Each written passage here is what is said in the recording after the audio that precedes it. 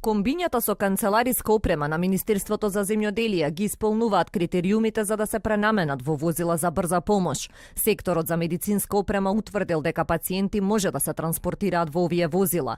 Но колку пари ќе се потрошат за возилата со канцелариска опрема да се опремат со медицинска, одговор од надлежните за сега нема. Адаптацијата може да се направи во две верзии, и тоа возилата за транспорт на пациенти и возила за итна медицинска помош. По ова следи дополнителна стручна проценка во однос на тоа со која верзија ќе се преадаптираат возилата.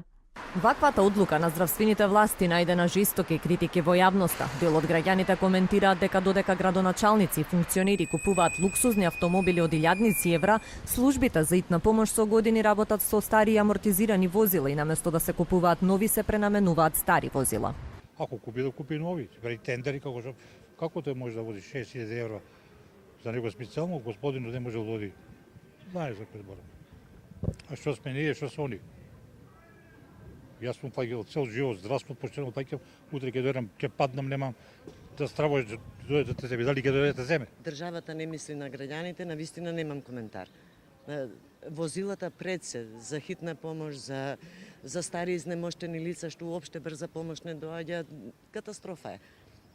Луѓето заслужуваат многу повеќе. И сега пренамена ќе трае таа работа може неколку месеци, а пари ќе отидат исти кои да купиш ново.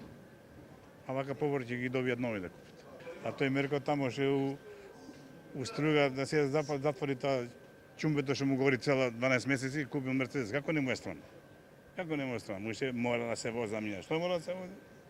Пациенти умира се гушат.